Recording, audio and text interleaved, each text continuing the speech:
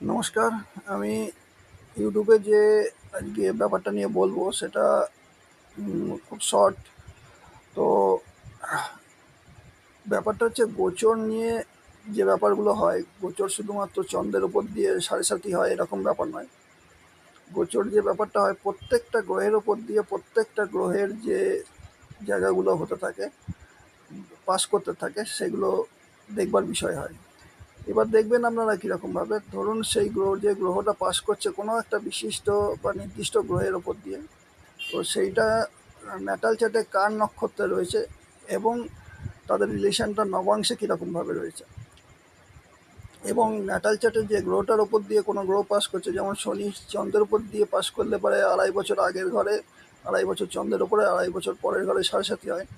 কিন্তু তো এটা তো চন্দ্রের ওপর দিয়ে হবে। এবার চন্দ্র কারোর নবম ঘরের অধিপতি হতে পারে, কারোর চতুর্থ ঘরের অধিপতি হতে পারে, কারোর পঞ্চম, কারোর সপ্তম, কারোর অষ্টম হতে পারে। সেই ভিত্তিতে তার রেজাল্ট আসবে, কিন্তু মানসিকভাবে মেন্টালি সেই ব্যাপারটা আসতে পারে।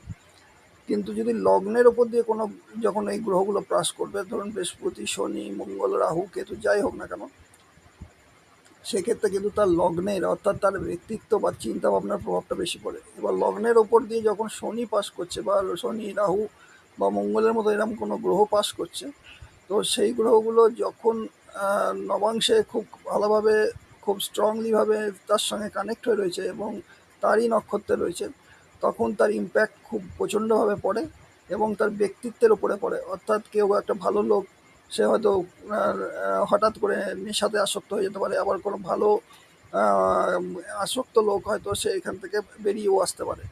তো এইটা হচ্ছে দেখার বিষয় আছে, কিন্তু এই ব্যাপারগুলো দেখবার প্রয়োজনের জন্য আপনাদের নবাংশটাকে খুব ভালোভাবে স্টাডি করতে হবে এবং লগ্ন চার্টটা, অর্থাৎ যেটা ন্যাটাল চার্ট, সেটাকেও খুব ভালোভাবে স্টাডি করবার প্রয়োজন আছে।